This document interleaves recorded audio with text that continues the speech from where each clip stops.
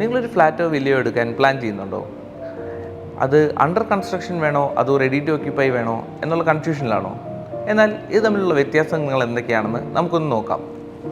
പേര് പോലെ തന്നെ അണ്ടർ കൺസ്ട്രക്ഷൻ എന്ന് ഉദ്ദേശിക്കുന്നത് കൺസ്ട്രക്ഷൻ നടന്നുകൊണ്ടിരിക്കുന്ന സ്റ്റേജിലുള്ള പ്രോജക്റ്റുകളെയാണ്.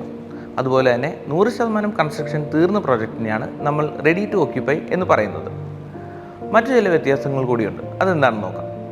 ആദ്യമായി ഒക്യുപ്പൻസി ആൻഡ് ഡെലിവറി ടൈം. അതായത് നിങ്ങളൊരു അണ്ടർ കൺസ്ട്രക്ഷൻ പ്രോജക്റ്റ് എടുക്കുകയാണെങ്കിൽ അതിൻ്റെ വലുപ്പം അനുസരിച്ച് 1 മുതൽ 4 വർഷം വരെ നിങ്ങൾക്ക് അതിനെ ഡെലിവറിക്ക് വേണ്ടി കാത്തിരിക്കേണ്ടി വരാം.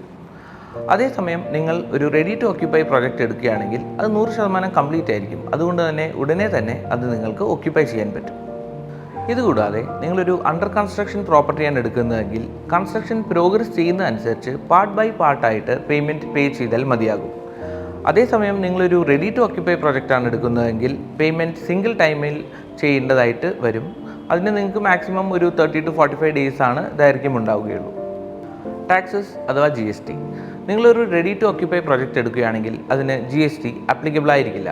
അതേസമയം ഒരു അണ്ടർ കൺസ്ട്രക്ഷൻ പ്രോപ്പർട്ടി ആണെങ്കിൽ അതിന് 5% GST ആപ്ലിക്കബിൾ ആയിരിക്കും. അടുത്തതായി റെൻറ്റിംഗ്.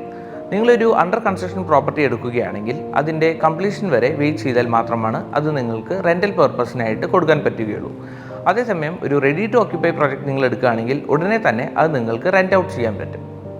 നമ്മളിപ്പോൾ കേട്ടതാണ് ഒരു അണ്ടർ കൺസ്ട്രക്ഷനും റെഡി ടു ഓക്യുപ്പൈ പ്രോജക്റ്റും തമ്മിലുള്ള വ്യത്യാസങ്ങൾ. ഇതനുസരിച്ച് നിങ്ങൾക്ക് അനുയോജ്യമായ ഒരു പ്രോപ്പർട്ടി തിരഞ്ഞെടുക്കാവുന്നതാണ്. Thank you.